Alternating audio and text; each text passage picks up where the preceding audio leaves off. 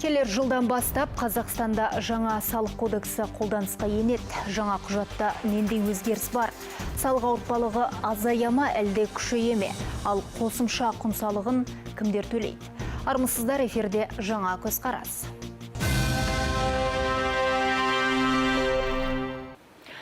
Биыл қоғам арасында ең көп талқыға түскен мәселелердің бірі жаңа салық кодексі. Құжатта саланы цифрлық жүйеге бейімдеп, салық салу тәртібін жеңілдету көзделген дейді билік өкілдері.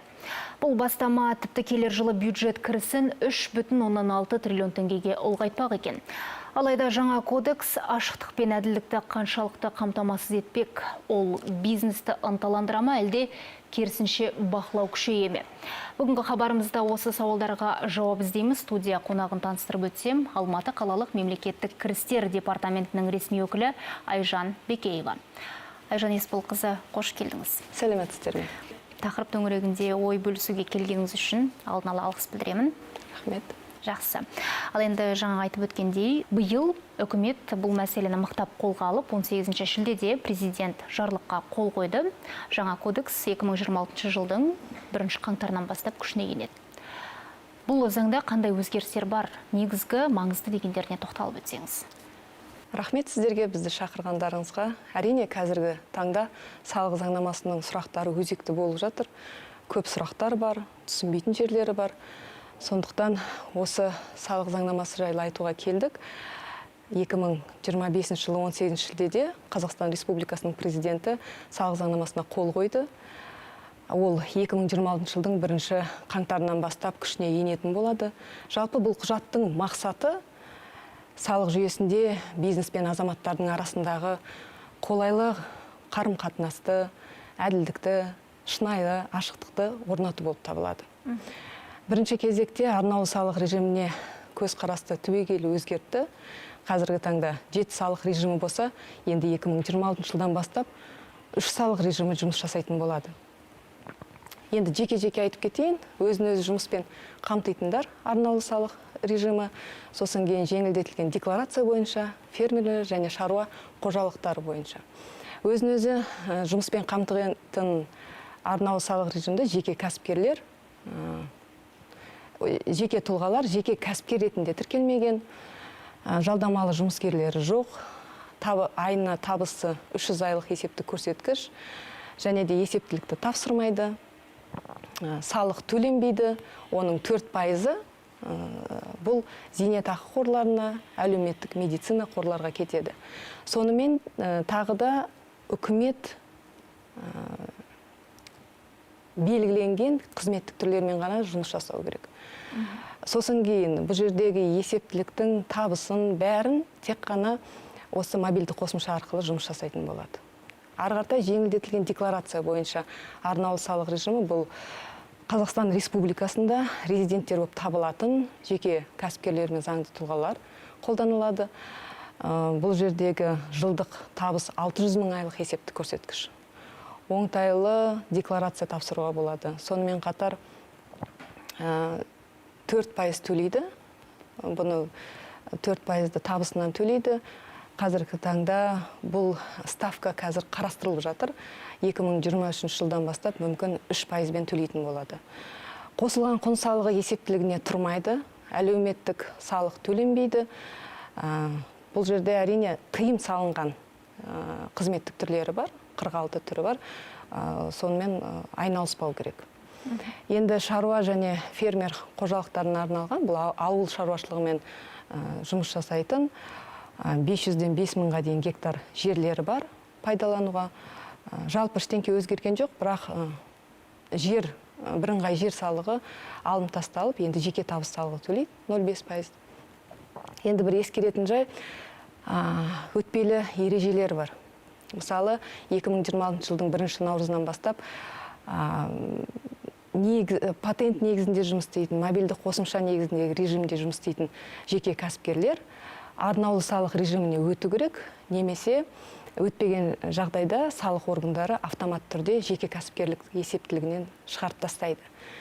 Бұл жерде шарттарына сәйкес болса, ары қартай енді есептіліктен шығарғаннан кейін өзін-өзі жұмыспен қамтитындар сияқты арнаулы салық режиммен жұмыс істеуге болады. Қалған қолданыстағы қазір қолданып жүрген арнаулы салық режиміндегі салық төлеушілер 2026 жылдың 1 наурызына дейін арнаулы салық режиміне өту керек. Өтпеген жағдайда жалпыға бірдей тәртіппен жұмыс жасайды. Ескеретін жайт, бұл автомат түрде жалпыға бірдей тәртіппен өткеннен кейін арнаулы салық режиміне тек қана 1 жылдан кейін өту керек болады. Енді салық есептілігіне келетін болсақ, 39 нысан салық есептілігінің ішінен 12-сі қысқартылды. Бұл басқа декларацияларға біріктірілді, басқа жерде қосымша ретінде қалды. Арнаулы салық режимін қолданылатын 910 нысан мен қосылған құн салығы бойынша автомат түрде есептілік толтырылатын болды. Сосын кейін бір жақсы позитивті өзгерістің бірі деп есептеймін. Декларациясын тапсырмаған жеке кәсіпкерлер, заңды тұлғаларға енді айыппұл салынбайды. Айыппұл салынбайды, әкімшілік жаза қолданбайды. Неге десеңіз, жүйе автоматты түрде сол салық төлеушінің орнына өзі нөлдік есептік тапсырып отырады, автоматты түрде. Содан кейін, егерде қандайда... Азаматтың өзі тапсырмайды, автоматты жүйеде өзі толтырып отырады ғой. Иә, автомат өзі декларацияны 0 деп есептеп қояды. Ал егерде түзетулер болса, қандайда бір өзгерістер болса салық есептілігінде, онда қосымша декларацияны өз еркімен тапсыратын болады. Қазіргі таңда, мысалы, көп жеке кәсіпкерлер, заңды тұлғалар ұмытып кетуі мүмкін. Жұмыс жасамайды ғой. Жұмыс жасамайды да ойлайды есептіліктің тапсырудың қажеті жоқ деп.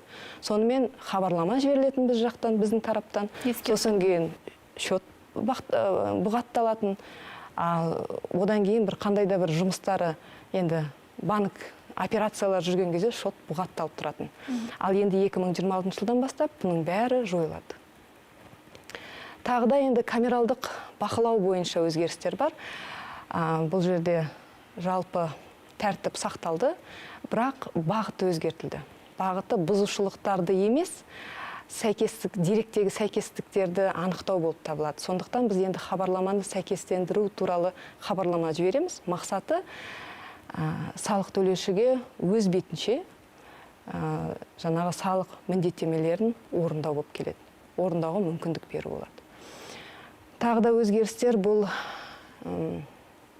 салық тексерулері, жоспарлы салық тексерулер, тағы да түрлерімен ондай тексерулер болмайды, жай ғана тексерулер болып қалады.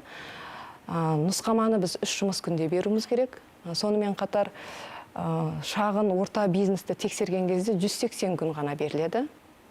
Қазіргі таңда бұл жылдап кетуі мүмкін. Бұндай тексерулер, неге десеңіз, тексерген сайын сұрақтар туындай беретін. Енді болды ресми түрде 180 күн беріледі, сол уақытта ғана шейін ғана салық органдары тексеріп біту керек. Сосын кейін сұратулар болатын. Бұны 2 ғана сұрату болады. Демек біз ресми түрде қандайды бір құжаттарды сұрайтын болсақ, 2-ақ рет ғана хаттар жіберетін боламыз. Қалған іс-қимыл, қарым-қатынас бұның бәрі тек қана салық кабинеті арқылы электронды түрде жүргізілетін болады. Енді осындай өзгерістер жалпы. Жақсы. Жыл басында үкімет қосымша құн салығының мөлшерлемесін 20%-ға дейін көтеруді ұсынды. Алайда бұл мәселе қоғамда қызу талқыға түсті. Кейін үкімет осы тауар мен импортқа қосымша құн салығын 16% деп белгіледі. Айтыңызшы, мұны кімдер төлейді? Жалпы бүкіл кәсіпкерлер осыны төлеуге міндетті ме? Қосылған құн салығын өзі 3 тәсілмен ғана тұруға болады. Бірінші, еркін түрде, өз қалауы бойынша. Екіншісі, міндетті түрде, айналымнан шекті мөлшері асқан жағдайда. Үшіншісі, бұл шарт түрде, бұл енді шетелдік компанияларға арналған. Және де, егерде қазіргі таңда сіз айтқандай 16% болып қалып отыр, оған қоса басқа да өзгерістер бар пайыздарының, оның алдын ала. Сосын кейін, егерде жаңағы көрсетілген айналым мөлшері қазір 20 мың айлық есепті көрсеткіш болса, келесі жылдан бастап 10 мың айлық есепті көрсеткіш болады. Одан асқан болса мөлшерінен, онда сол күннен бастап 5 күн жұмыс күнде өтінішті тапсыру керек болады. Жалпы құжатта осы қосымша құн салығынан босатылатын немесе мөлшерлемесі төмен кәсіп иелерде көрсетілген екен. Оның ішінде, мәселен, мына баспа ісі де еніп отыр екен. Осы туралы айтсаңыз, кімдер қосымша құн салығынан босатылған? Дәрігерлік заттар, медициналық бұйымдар, медициналық қызмет үшін төмендетілген ставка қойылып отыр. Бұл жерде 2026 жылдан бастап 5%, 2027 жылдан бастап 10%. Ал жаңағы баспа сөз саласындағы жұмыс үшін ол жерде 10%. Жалпы қосылған құн салық есептілігіне есепке тұрмайтындар бұл мемлекеттік мекемелер, заңды тұлғалардың құрылымдық бөлімшелері, және де жеке практикамен айналысатын жеке тұлғалар, және де арнаулы салық режимін қолданылатын жеке кәсіпкер мен заңды тұлғалар. Осы саладағы кәсіпкерлер мүлдем қосылған құн салық есептілігіне тұрмайды. Жақсы. Жаңа жылдан бастап тұрғын үйді сату немесе жалға беру бойынша да құн салығын төлеу қажет екен. Осы туралы айтып берсеңіз толығырақ түсіндіріп. Қосылған құн салығы тек 2026 жылдың 1 қаңтарынан кейінгі құрылыстағы басталған жаңа нысандағы құрылыс үйлерге ғана қатысты болады. Демек, бұл 2026 бұрынғы кезден соғылып келе жатқан тұрғын үйлерге қатысты болмайды, тек қана алғашқы нарыққа ғана қатысты болады. Ол сол құрылыстағы баспана соғып жатқан үйлер бойынша. Қай жылдардан бастап салынған үйлер екені? Бұрыннан жүре береді, бұрынғы тәртіппен, ал 2026 жылдың 1 қаңтарынан бастаған. Енді іргетасы келесі жылдан бастап салынатын үйлерді сатып алғанда қосымша құн салығы төленеді, яғни. Құрылысты енді бастаған тұрғын үйлерге қатысты болып келеді. Түсінікті. Енді жеке табыс салығы туралы айтып кетсек, жаңа кодексте осыған қатысты қандай да бір өзгеріс бар ма? Жалпы жеке табыс дегеніміз ол қандай қаражат? Жеке табыс бұл жеке тұлғаның бір жыл ішіндегі Қазақстан Республикасында немесе оның тыс жерлерінде алынатын барлық кірістері. Олардың түрлері өте көп. Мысалы, еңбек ақы төлемнен алынған жалақы, стипендия, дивидендтер дейді. Сосын кейін, егерде өз мүлкін жеке тұлға, басқа жеке тұлғаға жалға берсе, сол жердегі түсетін кірістер. Сосын кейін үйді сатып, оның құнынан өсімі түсетін болса, осы кірістер, және жеке практикамен айналысатын жеке тұлғалардың кірістері болып саналады. Бұл жерде осы кірістер жеке табыс салығын төлеуге міндетті. Бірақ қазіргі таңда жеке табыс салығын сараланған мөлшерде енгізіліп отыр. 2026 жылдан бастап 8500 айлық есептік көрсеткішке дейінгі кірістерге, табыстарға 10% салатын болады. Одан асқан бөлігіне 15% салатын болады. Ал жеке практикамен айналысатын жеке тұлғалар жеке табысты 9%-дай төлейтін болады. Жалпы елімізде осы салық мәселесіне қатысты көпшілік арасында түсінбеушіліктің бар екені жасырын емес қой. Ал алда тағы да бір өзгеріс күтіп тұр екен. Ол 2026 жылдың 1 қаңтарынан бастап қазақстандықтардың табысы жанама әдіспен тексеріледі екен. Осыны айтып берсеңіз, жанама әдіс дегенді қалай түсінуге болады, ол қалай жүзеге асады? Салық органдары, мысалы, жеке тұлғаның жасырын табыстарын анықтау үшін осы жанама әдісті қолданатын болады. Бұл ресми түрде көрсетілген табысын шығындармен, кеткен шығындармен негізделетін болады.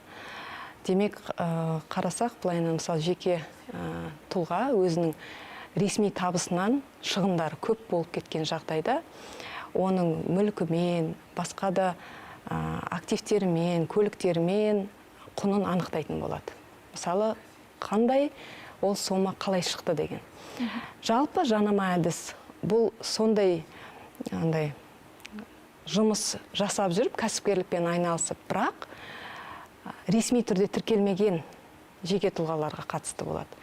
Мысалы, декларация тапсырды ғой, 250 декларация. Сол жерде кірістерді көрсету керек болған, қолма-қол ақшада бар болса, активтер мен міндеттемелерін орындау керек болып көрсетілген. Ал енді ол жердегі барлық соманы қарап, мысалы, 50 миллион теңгеге шағын болса, кейін ол, мысалы, 100 миллион теңгеге үй сатып алдық дейік. 50 миллион қайдан шықты?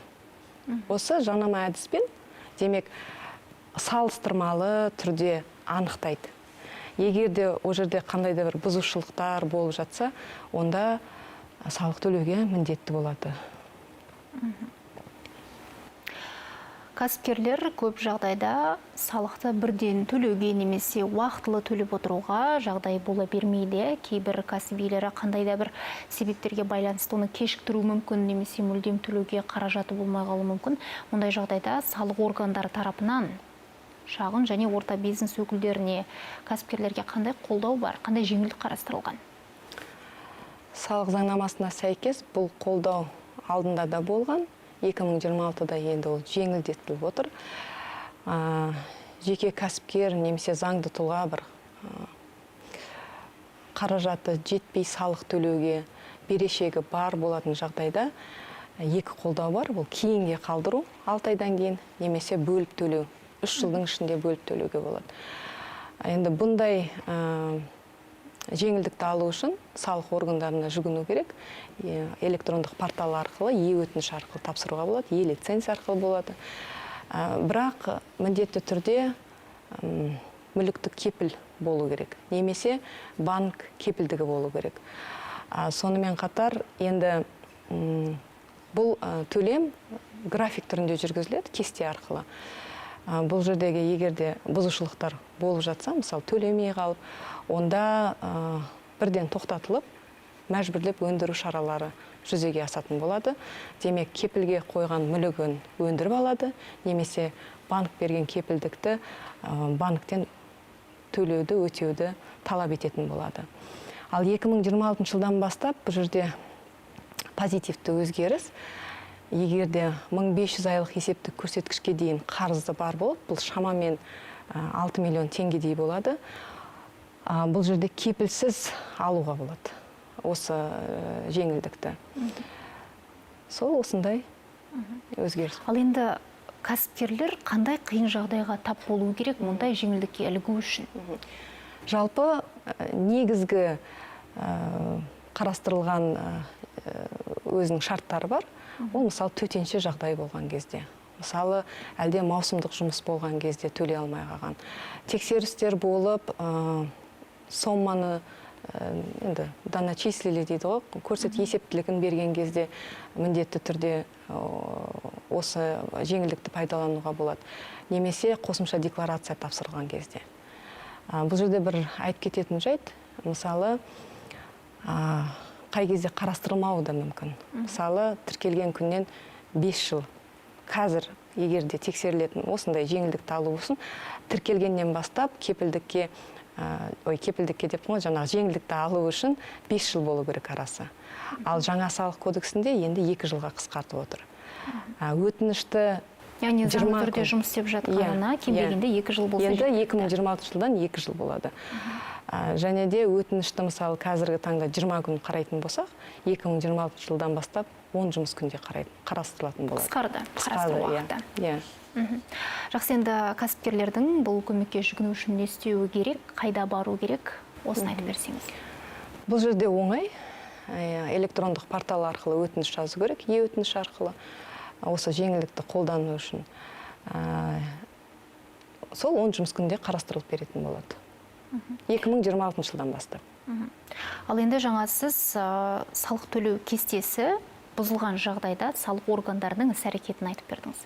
Ал енді осы келісімге келіп жеңілдікке ие болып, алайда салықты уақытылы төлемей заңды бұзған кәсіп иесі жауапқа тартыла ма? Жоқ, бұл жерде жауапқа тартылмайды. Тек қана сол өндіру шаралары жүргізіледі. Демек, өсімпұлы бар, өсімпұлын да төлеу керек. Жалпы салығын да төлеу керек болады. Ал енді жеке табысқа тоқталсақ, жылжымайтын мүлік, жер болсын, көлік құралдары, жылжымайтын мүлік осылардың барлығына салынатын салық режиміндегі өзгерістерге тоқталсаңыз, өзгеріс енді ма? жалпы көлік, мүлік, жер салығына өзгерістер енгізілді. Көлік салығында есептілік тәртібі қалды, бірақ 10 жылдан асқан көліктерге 30%, 20 жылдан асқан көліктерге 50% жеңілдік берілді. Демек, олардың салықтары төмендетіледі. 2013 жылдан бергі келген автокөліктер, 3000 куб сантиметр көліктерге бізде жоғарылатылған ставка салынатын. Ол жойылып кетті, ондай болмайды. Сондықтан бұл өте сондай позитивті өзгерістердің бірі. Ал мүлік салығы бойынша ағымдағы төлемдер төленбейді, егерде олардың салығының сомасы 300 айлық есептік көрсеткішке дейін болатын болса, сосын тек қана бір декларацияны тапсыратын болады. Орта базалық құны қалды, бірақ мүлікті бағалау 3 жылда бір рет тиісті болады бағалауға. Жер салығы бойынша ағымдағы төлемдерді де алып тастады ол жерден, есептілік тапсырылмайды, тек қана декларация. Және де егерде жер дұрыс пайдаланбаса өз мақсатында, онда бұзушылықтарды көрген жағдайда, нұсқама берген жағдайда 40 есеге ұлғаятын болады. Ал дивиденд төлеушілерге қатысты қандай да бір өзгеріс бар ма? Енді дивиденд бұл заңды тұлғаларға қазіргі таңдағы 30 000 айлық есептік көрсеткіш жеңілдетілген болатын. Демек, 30 000 айлық есептік көрсеткішке дейін табысы бар болса, 0 салық болатын. Ал енді сараланған мөлшерде болады, 230 000 айлық есептік көрсеткіштен ке дейінгі 5% салық төлейтін болады, ал одан асқан бөлігіне 15% салық төлейтін болады. Айжан ханым, хабар уақыты аяқталып қалды. Енді өзіңіз осы саланың маманы ретінде, кірістер департаментінің Алматы қаласы бойынша ресми өкілі ретінде азаматтарымызға қандай кеңес айтар едіңіз? Ең біріншіден, салық өзгерісіне қорқудың қажеті жоқ. Мен қалай түсіндіріп беріп отырмын, мысалы, көп жағдайда бұл жерде позитивті түрде өзгерістер бар. Кейбір жерде, мысалы, жаңағы шегерімдер бойынша қандай да бір сұратулар болып жатыр. Оның бәрі қарастырылып жатыр. Қандай да бір өзгерісті енгізгісі келсе, оны жаңағы хатпен жоғары жаққа жазуға болады. Оның бәрін естіп жатыр үкімет. Сондықтан еш уайымсыз осы жаңа салыққа жаңадан жақсы көңіл күймен басқан дұрыс деп ойлаймын. Сонымен қатар тағы да бір ескерту ретінде жаңа басында айтып кеттім ғой. Патент негізінде жұмыс жасайтындар арнаулы салық режиміне өту үшін 2026 жылдың 1 наурызына дейін үлгеру керек. Ал арнаулы салық режимін қазір қолданып жүргендер міндетті түрде сол арнаулы салық режиміне сол 2026 жылдың 1 наурызына дейін тапсыру керек. Автомат түрде жаңағы жалпыға бірдей тәртіппен өтіп кетіп жатса, 1 жыл ішінде, демек 1 жыл сол жерде жұмыс жасау керек, сол режиммен, содан кейін ғана жеңілдетілген декларацияға өте алады. Жаңа декларацияға жаңа көзқарас қажет дейсіз ғой? Иә. Жақсы. Айжан ханым, рахмет, студиямызға келіп, сауалдарымызға жауап бергеніңіз үшін алғыс білдіреміз. Жұмысыңызға сәттілік тілейміз. Рахмет. Құрметті көрермен, салық жүйесі мемлекеттің қаржылық қуатының басты тірегі әрі негізгі кіріс көзі. Сол арқылы елдің саяси һәм экономикалық мәселелері шешіледі, қазақстандықтардың мүддесі қорғалады. Сондықтан әрбір азамат саналы түрде конституциялық борышын өтеуге міндетті. Осымен бүгінгі хабарымыз тәмам. Келесі эфирде жүздескенше сау саламат болыңыздар.